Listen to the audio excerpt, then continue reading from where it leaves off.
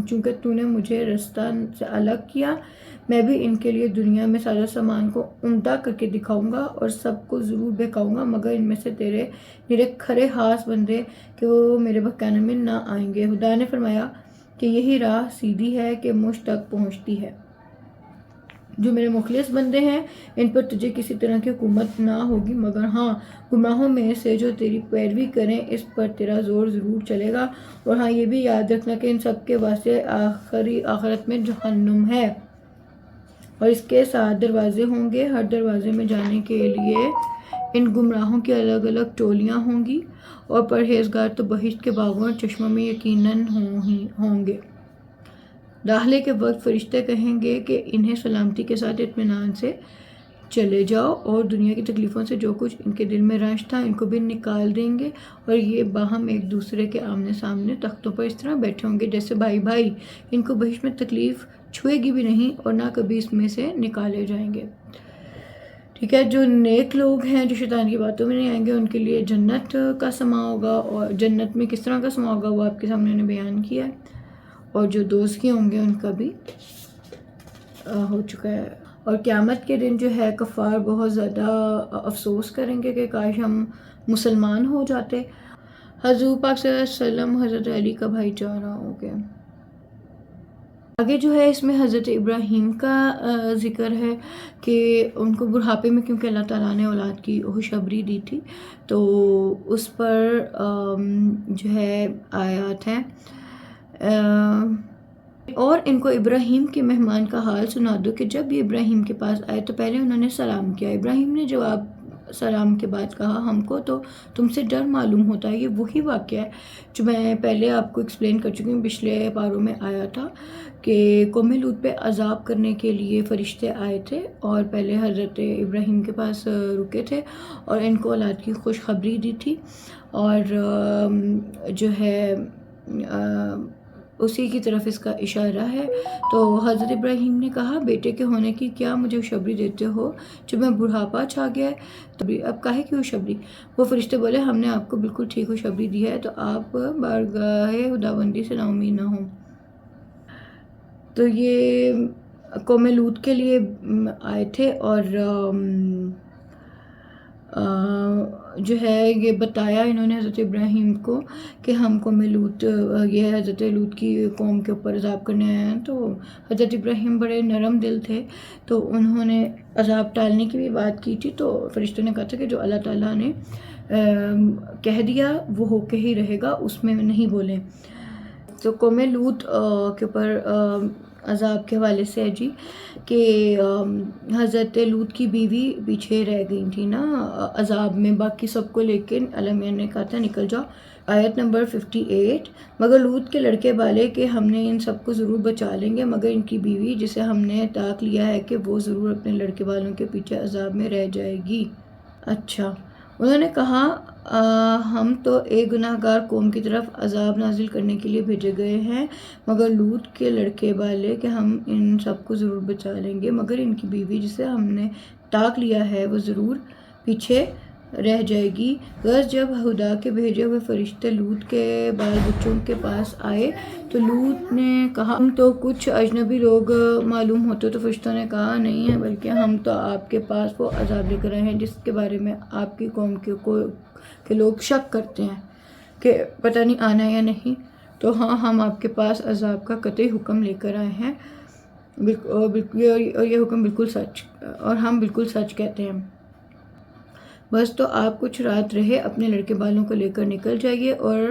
آپ سب کے پیچھے رہیے گا، اور ان لوگوں میں سے کوئی مڑ کر پیچھے نہ دیکھے، اور جدھر جانے کا حکم دیا جائے گا ادھر سیدھے چلے جائے۔ اور ہم نے لوط کے پاس اس امر کا قطعی فیصلہ کہلا بھیجا کہ بس صبح ہوتے ہوتے ان لوگوں کی جڑ کاٹ ڈالی جائے گی۔ اور یہ باتیں ہو ہی رہی تھی کہ شہر کے لوگ مہمانوں کی خبر سن کر بری نیت سے خوشیاں مناتے ہوئے پہنچے، اور حضرت لوط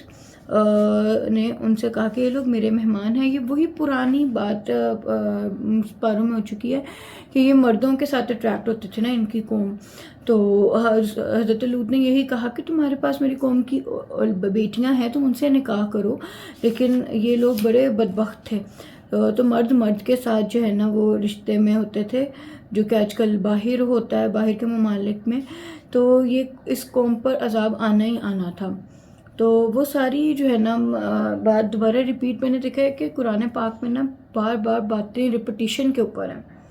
کہ یاد ہو جاتی ہیں۔ ہم کبھی تفسیر سے بیٹھ کے ترجمہ پڑھتے ہی نہیں ہیں، تفسیر سمجھتے ہی نہیں ہیں، یہ تو ہم ایک دفعہ اچھی طرح پڑھ لیں تو میرا خیال ہے یہ پوری سٹوریز ہیں کہ ہم ساری زندگی کے لیے جو ہے نا یہ ہمارے بچوں کے کام آ سکتی ہے اگر ہم ایک دفعہ اس کو پراپرلی اسٹڈی کر لیں۔ اب آگے حضرت شعیب کا ذکر بھی ہے، اس میں جی کہ ایکا جو کہ مدین کے رہنے والے حضرت شعیب کی قوم تھی، اور یہ بھی بڑے سرکش لوگ تھے، تو ان سے بھی ہم نے نافرمانی کا بدلہ لیا، اور یہ دو بستیاں قوم لوط و شعیب کی ایک کھلی ہوئی شاہراہ پر طرح ہجر کے رہنے والوں قوم صالح نے بھی پیغمبروں کو جھٹلایا، اور باوجود یہ کہ ہم نے انہیں اپنی نشانیاں دیں اس پر بھی وہ لوگ ان سے روگردانی کرتے رہے۔ یعنی ڈیفرنٹ قوموں کا ذکر ہے، اور ہجر بستی کا نام ہے جس میں حضرت صالح کی قوم سمود رہتی تھی۔ ٹھیک ہے جی، حضرت صالح کی قوم تھی قوم سمود، اور جس بستی میں رہتے تھے اسے ہجر کہتے ہیں، اس لیے سورہ کا نام سورہ ہجر ہے۔ ٹھیک ہے، اور یہ بھی ذکر بار بار دوسری سوراز میں بھی آ چکا ہے۔ ان پر کیا عذاب ہوا تھا؟ ان پر ایک بڑی زوروں کی چنگاڑ نے لے ڈالا تھا، صبح ہوتے ہی ایک بڑی زوروں کی چنگاڑ نے انہیں لے ڈالا تھا، پھر جو کچھ وہ اپنی حفاظت کی تدبیریں کیا کرتے تھے کچھ بھی کام نہ آئی تھیں۔ سبا